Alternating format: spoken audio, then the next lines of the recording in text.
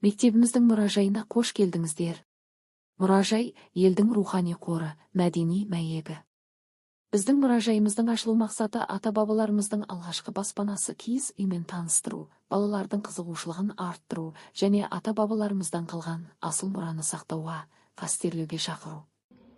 Киіз үй біздің ата-бабаларымыздың ежелгі баспанасында қолданған ағаш жиһаздар, қазақ ою-өрнектері бар әдемі сандықтар, көрпешелер, дөңгелек үстел, ілгіштер. Олардың барлығы ою-өрнекті әрлеу, бояу, сүйек қаптау және күміспен ерекшеленді. Кіреберістің сол жағында ат әбзелдерін, керек жарақтарды сақтауға арналған орын, оң жағында үй ыдыстары мен әртүрлі тұрмыстық заттарды сақтауға арналған орын бар.